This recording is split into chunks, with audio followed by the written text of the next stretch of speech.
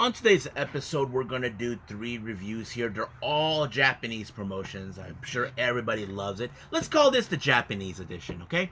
So the first one's going to be DDT Pro Wrestling with an event that continues on with the finals of King of Street Wrestling on the April 23rd. This is between Abdullah Kobayashi taking on Chris Brooks.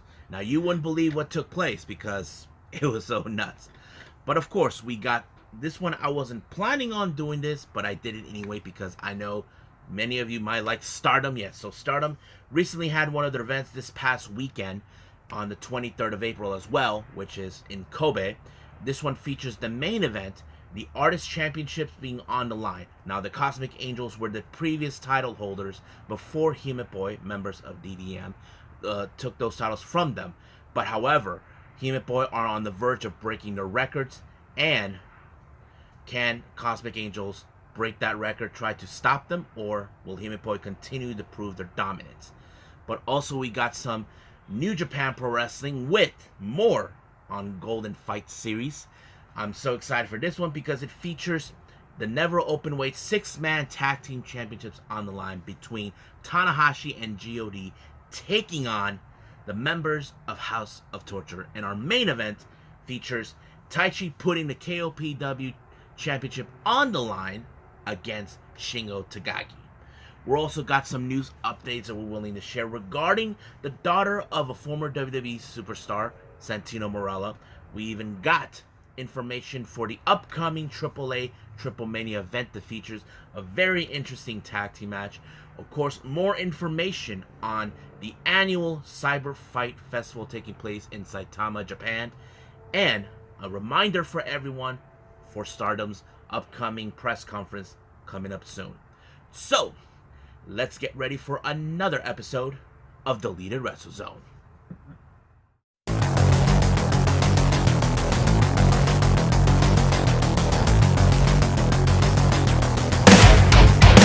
Are you ready?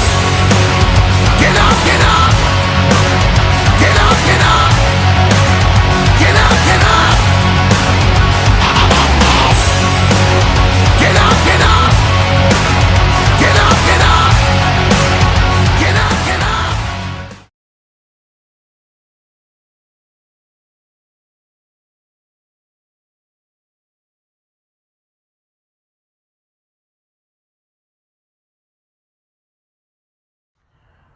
Welcome everybody to Deleted Wrestle Zone. All things that is pro wrestling with AEW, NXT, New Japan Pro Wrestling, Impact Wrestling, the National Wrestling Alliance, various promotions, wrestlers, matches, and championships. I am your host, J-Rod here. So, let's begin with the finals of DDT Pro Wrestling's King of the Street Wrestling. This one had like a very interesting, it started out with 8 wrestlers, and then 4, and then 2, but only gets one to gets to walk out as King of Street Wrestling. Who will that be? Will it be Chris Brooks or Abdullah Kobayashi? Now, this is a very interesting match because I don't know exactly where, but there was a moment where in the start of the entire event match, Chris Brooks went to a shrine, I'm assuming to ask for a prayer to the gods to help him win the match against Abdullah. I thought there was a lot of interesting moments that took place in this match, in particularly because, you know, there was this one thing where Chris Brooks find a kendo stick, but with cardboard boxes set up like freaking armor, like he thinks he's going to war. I'm like, what the hell is this? You know, I just laughed. And then Abdullah was doing the same thing too. He was wearing that same kind of gear, and it became like a samurai story in cardboard boxes and kendo sticks. But it was fun. But the one thing Kobayashi will not do is jump on water, because after what happened the last time, where he got embarrassed by Katsumata in that sauna, that kind of brought that memory back. But however, Chris Brooks will exploit any weaknesses to ensure he wins. And it was so nuts. And of course they went downhill and all this thing. I'm just I thought it was crazy. But it was Chris Brooks who walked out as the victor with the pinfall 1, 2, 3, and he won. He is now king of street wrestling. I mean, I have to say this entire show was great, and the tournament was awesome.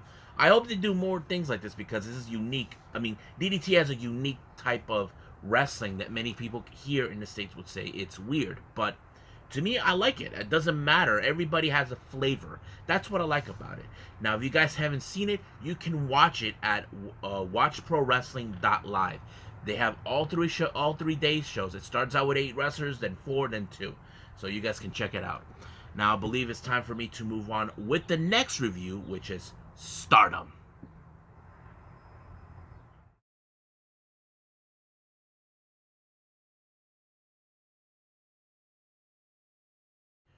Alrighty then. So, Stardom. This took place on the 23rd of April in Kobe. Now, the opening match is a 3-way match. We got a bit of a it was like a 3-way, but in reality, it was a 2-on-1 scenario here. We have Miyu Amasaki of Queen's Quest taking on Waka Tsukiyama versus Lady C, also a member of Queen's Quest. So now you know why I mentioned a 2-on-1 scenario. Basically, now, however, they're not afraid. Queen's Quest are not afraid to take on each other. That's the thing. But however, they need to take out the common denominator, who is more of a problem, which is Waka. Now, Waka has improved little by little over these past few months. I know they haven't been on it. The Cosmic Angels haven't been good on a winning streak. I know there have been some good matches here and there, but Waka, on the other hand, ended up in a choke slam by Lady C and allowed them to win. So that kind of felt like poor Waka, but we know she can pick up a good win. We know that, but it only takes a little more time until we finally see it. But Lady C won this match in particular with the choke slam. Next match, we got Ruka taking on Utami Hayashida. Now, we all know Ruka, as a member of Odatai, she'll do whatever it takes to cheat, using dirty tactics, and not to mention having her Odatai teammates being there. But however, that does not stop Utami Hayashida. She is the most dominant woman we ever met, because she has been one of the best champions in Stardom has ever faced. Would that stop her? The answer to that, no. But she did pick up a good victory with her with her finisher. 1, 2, 3. It's over. Next up, we got a tag team match. We got stars consistent of Momo Kogo and Koguma taking on Queen's Quest, Azumi, and Sayakami Tani. Now, everybody knows when it comes to Koguma, she's trying to get you to do the bear dance and the bear pose. But frankly, it did work, but they didn't careful. But however, Sayakami Tani still hasn't forgotten Momoko Ogo tried to embarrass her when they nearly revealed the beans on Kairi making her return. Excuse me. But the one thing that stood out for me is it was Ozami who picked up the victory on Momokogo. As you know, the reason she was pinned because she's practically new, bit of the weakest link of the group, but we know Momo can thrive better. But apparently she ended up in the hands of a German suplex, and that was over right from there. Next up, we got trios action. We got Odatai members Saki Kashima, Starlight Kid, and Momo Watanabe taking on DDM's Mai Sakurai, Julia, and Tekla. Now, this is a very interesting match because, as you know, DDM, who has proven themselves to be the most dominant faction in Stardom, but the recent developments with DDM, having, of course, Sudi leave the former own faction and Mirai joining her, that kind of puts it in that predicament. But, however, that does not stop Odatai, who last year won for best unit in Stardom, are trying to regain that momentum back, So it's only a matter of time. But I think the biggest shocker was Saki Kashima pinning Tekla once again. Now, if you guys know this, Tekla is the CWA champion. Now, Kashima has challenged her for this title before, but she lost. But I highly doubt that Kashima would probably want to challenge her for that, because as later I will explain, she has other plans. Now, our next match, we have stars consistent of Saya Ida, Azuki and Mayu Iwatani to take on God's Eye, Sorui, Mirai, and Suri. Now, God's Eye just recently unveiled a brand new logo. Now, I saw the logo. I mean, it's okay, very decent, but I thought it would be a lot more cooler. But not gonna judge here. I know they could have done better, but this will just have to do. But in this particular match, it did show how dominant God's Eye have been. You know, as you know, Suri did mention that she wants God's Eye to be the strongest unit in Stardom, and I think that kind of tells it in. But it was Saida that ended up in the wrong side of an armbar by Suri and was forced to tap out. Now our main event is the Artists of Stardom, the trios title between challengers and former champions Cosmic Angels, consistent of Unagi Sayaka, Mina Shirakawa, and Tam Nakano, taking on DDM's Himepoi, consistent of Natsupoi, Himeka, and Maika. Now, these two teams have fought before. Now, Himepoi has challenged the Cosmic Angels maybe 2 or 3 times, but there was that one time they ended up in a draw, and eventually their final confrontation before they actually lost. But 2 of the 3 members of Cosmic Angels did challenge Himepoi before. That was before Sakurai turned her back on Cosmic Angels. But that was because Maika actually took out all 3 of them by themselves. But this one was a much interesting matchup. They were willing to determine. Now, the reason this match was important is because, as you know, recently, Cosmic Angels had the most consecutive victories, 7 defenses. And the recent before that, there were only 5. But right now, Himepoi are trying to break the record. So they're trying to reach that level that they can break the record. But however, this match ended in a draw. So no one wins, but no one loses. So basically, they don't get a victory on this one. But they act like they think they won. But here's the thing. When Cosmic Angels had this draw, similar to them the last time, it was not enough for them. They know they had to challenge them to how do I say, outdo what happened, which they did. But they act like they think. But however, Tam is telling them, how does that make you feel? But they act like they don't care. But however, it appears someone is trying to stop the record. And that is Oda Tai. This time with Starlight Kid leading the pack, but this time she did not have Young Oedo. Last time, Starlight teamed up with Rina and Ruka, who were known as Young Oedo. But this time she brought in the smart ones, Saki Kashima and Momo Watanabe. So they became the next challengers to be the ones to dethrone. Now, however, Himepoi are confident enough to believe they will, in fact, retain these titles. But keep in mind, Oda Tai, they cheat a lot. That's always been their gimmick. But however, Starlight Kid may have lost the last time. But this time, this is a different scenario. But there's still some issues between both Starlight Kid and Natsupoi. But the real question does remain. Will Oda Tai be the group to stop them? Or that Natsupoi believes that Himepoi will be invincible forever? Well, only time will tell. So we'll see what happens then. So right now, let's move on with New Japan Pro Wrestling's Day 7 of Golden Fight Series.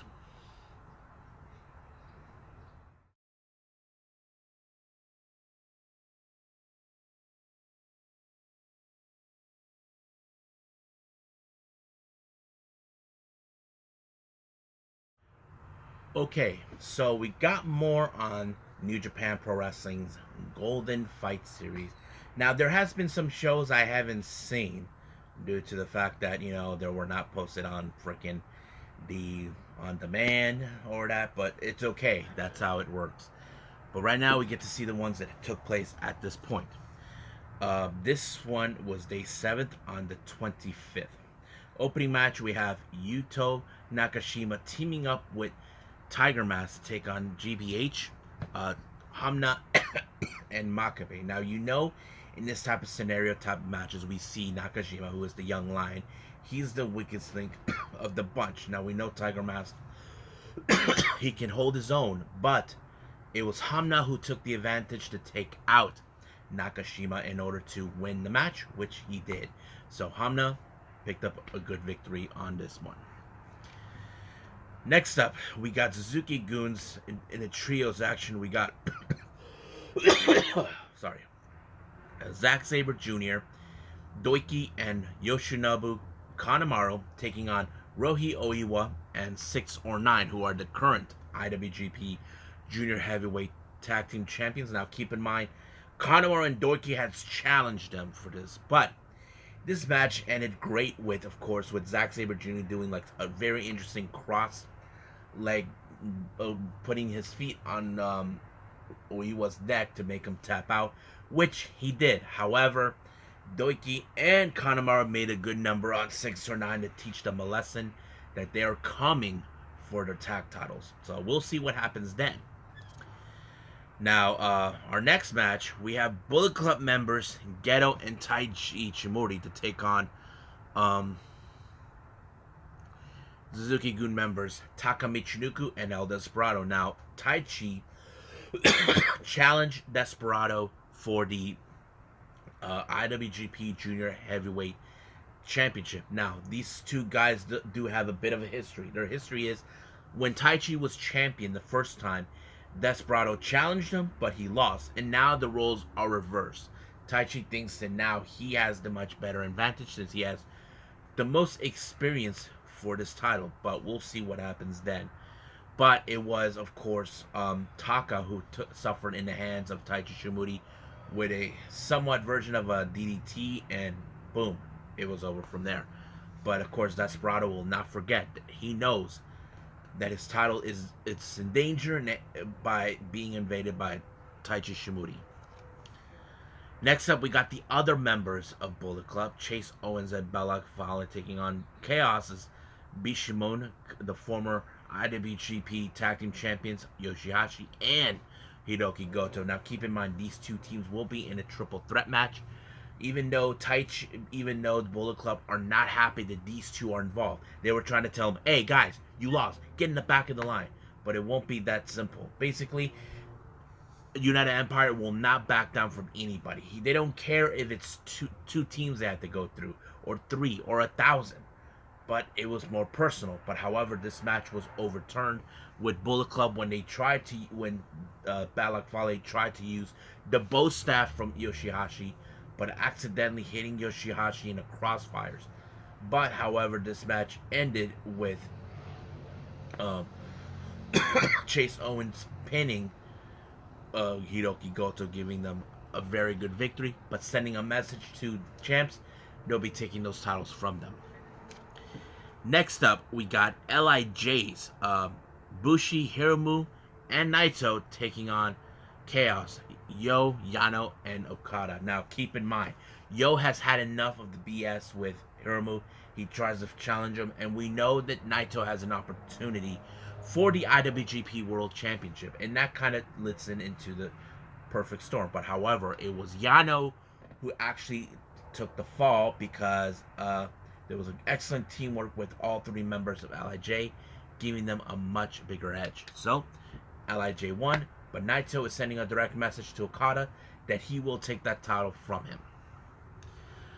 Now, this is one of 2 of the championship matches. We got the Never Openweight 6-man Tag Team Championship with challengers Tanahashi and GOD, along with Yado, taking on the members of Sho, Yujiro, and Evil, along with Dick Togo. Now, keep in mind, Yado and Dick Togo are the outside things. You know Dick Togo will use that garage in order to ensure they win, but Yado will always have their backs. But I have to say, seeing GOD and Tanahashi work together, it was amazing. I think it was showing that they could do more what they can expect for. But however, you know how House of Tortures cut too many corners to cheat. Yujiro was on the shoulders of Tangaloa. It seems like they could have won the match, but Yujiro grabbed the referee in order to let Evil give Tangaloa a low blow and allowing them to retain the titles. But the war between God and the Bullet Club is far from over, or should I say, in more particular, Tama Tonga and Evil. Now, our main event features, of course, the KOPW Provisional Trophy between Shingo Takagi and Taichi. The type of match is a 30 count. Basically, if you can hold a person down for many counts, like 1, 2, 3, 4, that sort, you have to reach 30. Whoever reaches 30 is the winner. And I was like, dang, this is something different. So it was kind of crazy. But, of course, Taichi had his lucky charm there, Miho Abe. But watching this match, it showed how Shingo Takagi has always been one of the strongest competitors who is willing, determined to reach a goal, and that's exactly what he did. He was the one who reached that goal by making the 30 count, pinning Taichi, allowing himself to become the new KOPW champion. However, who will be the next challenger? Beyond me. But I wouldn't be surprised if Yano challenges for that title particularly. So I think that's pretty much it, what we got with New Japan Pro Wrestling. I'm not sure if there will be more, but I'll keep you guys in the loop. But right now, let's go for some news updates.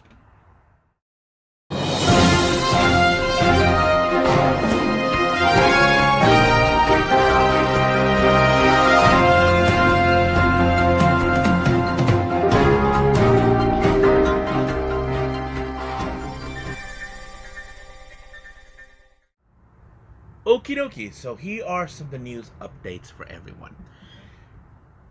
Bianca Carelli, who is in fact the daughter of former WWE superstar Santino Marella, well, new information has arose about her. Now, if you guys don't know who she is, Bianca Carelli is a female wrestler who is the second generation with Santino Marella.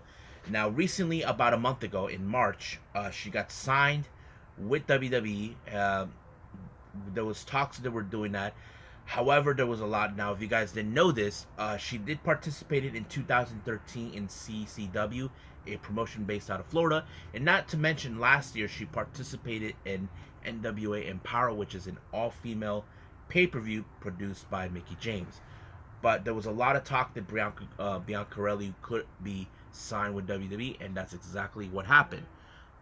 Recently, news came in from a report that I found from the Wrestling Observer, just revealed, much like every other wrestler that goes to WWE, they have their name change. And Bianca's new in-ring name is, of course, Ariana Grace. Now, the name is not that bad. I mean, I'm not going to criticize it. I mean, it's okay. I know somebody probably said, well, can't she use Marella? I mean, it would make sense, but they're trying to do the same thing what they did with Braun Breaker, not revealing that he's the son of Rick Steiner. But that's how it is. So, if you guys ask me when she'll make her debut, I don't know. But if I was a betting man, it will be very soon. But it will be on the NXT Level Up. It's only a matter of time until we see that happening. Now, our next update here is, in fact, AAA has announced for their upcoming pay-per-view for this coming weekend, for Triplemania 30, we're going to feature a tag team match between Hijo de Vecino and Rey Fenix, who we haven't seen wrestle for quite some time. I hope he is better. I don't want to talk about what I saw with that injury, but their opponents is none other than the Young Bucks, which is going to be interesting to watch. We know the Young Bucks haven't been there for a couple of years since they won the AAA tag titles from the Lucha Brothers. Our next update, if you guys have been aware of this, last year they CyberFight, which is the parent company of DDT Pro Wrestling, Pro Wrestling Noah, Tokyo Pro, and Gambari, set up a festival about a year ago called CyberFight Festival. Now, it's been reported that there was talks of a second annual CyberFight. Well, it's already been confirmed that it's going to happen. Now it's been dated. It's going to take place on the 12th of June, but in the same location they did the first one, in Saitama Super Arena main event, which is totally perfect. I can't wait to see. But however, if you guys don't know this, all four promotions will be involved. DDT, Noah, Tokyo Pro, Gambari. So anything could possibly happen there. We still don't know what the card is, but I will keep a pin on this one to find out what other information we're expecting. Now, for all you Stardom fan base out there, there is going to be a press conference. So right now, I'm in the Pacific Coast, or should I say, the West Coast, and it should be already. It's already 4:40 in the afternoon. Around 2 a.m. here on Pacific time, there's going to be a YouTube press conference by Stardom, revealing about their upcoming tour, the Golden Fight, the Golden Fight Week, starting on the 5th of May. However, this one will also remember this particular week. We're going to see the return of Konami, who you all remember, she left Stardom due to her health issues, and she just recently made a video package saying she's coming back and going to be joining her friend Sudi and her new faction, God's Eye. But the real question does remain for me about this particular thing is, how will Odatai deal with it? Keep in mind, Momo Watanabe and Starlight Kid filed a protest on this matter. They were suspicious of what was going on. Now, Sudi and Konami have been friends for many years. They both respect each other because they're both the same. They're both strikers. They're both submission specialists. So that kind of fits into her. But will Odatai declare war against God's Eye for what transpired with Konami? Well, we just got to wait and see. So I believe that's pretty much it what we got with news updates. I believe it's time for me to call it a day. Well, I hope everybody enjoys this episode, the Japanese edition. Coming up, I'll be doing a review of NWA Power, AEW Dark, and of course NXT 2.0, as we call it, Tuesday Wrestling. I'm excited because right now with NXT 2.0, I want to see what's going to transpire. As you know, Joe Gacy pushed Braun Breaker over an edge, and we saw these druids, but we will see what that sadistic psychopath has in store. I'm excited. Hope everybody is. But right now, I believe I'll be seeing you guys in the next DWZ time. Same DWZ channel. I must bid all of you adieu. So, goodbye. Mwah. And have a nice day. Bang.